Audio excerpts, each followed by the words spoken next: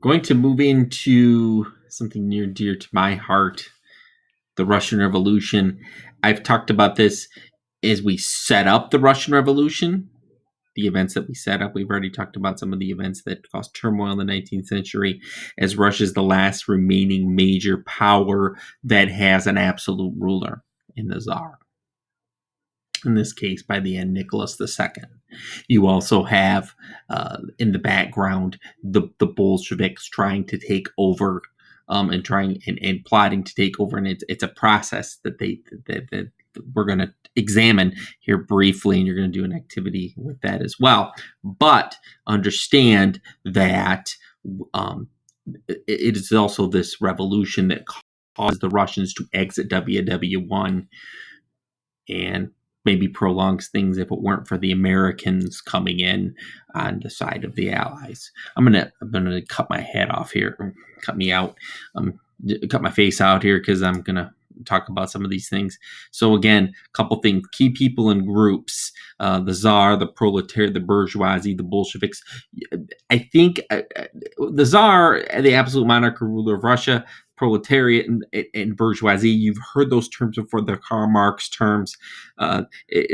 The Bolsheviks are big believers in Marxism and the idea that the workers, the lowest classes, the industrial workers, are going to rise up against the bourgeoisie and against the ruling class. And the Bolsheviks are that communist majority faction of the Russian Social Democratic Workers' Party. So again, a couple of the Romanovs are the Tsarist royal family who rules in Russia.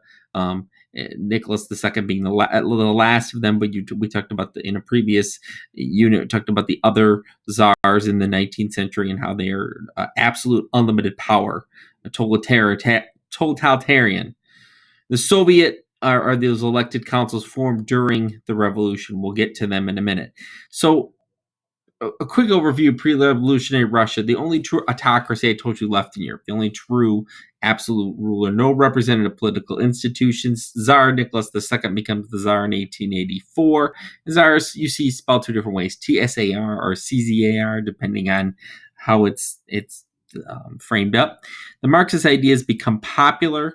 The popular Mensheviks versus the radical Bolsheviks, led by Lenin, because of some of the we've talked about this before, because of some of the other things led by the Romanov dynasty, and Russia was there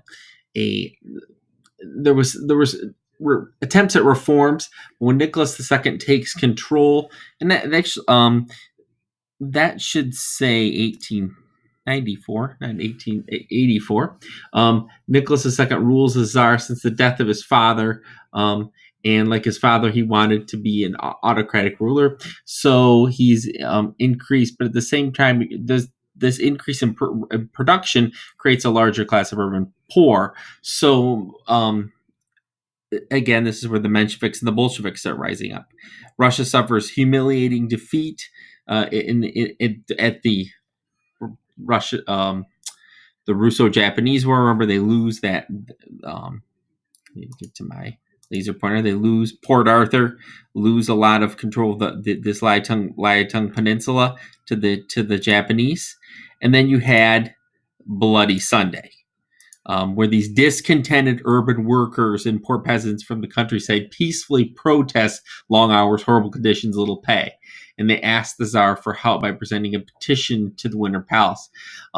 So this over 500 unarmed people are killed. The Tsar's forced to give up some of his power, even after they fired into the crowd, and the shooting sparks this widespread strikes and uprisings. The Duma is allowed more power temporarily. Within weeks, Nicholas is going to dissolve the Duma. Okay, so that's going to set up the background, and World War I will become the last straw, and we'll look at that in just a moment.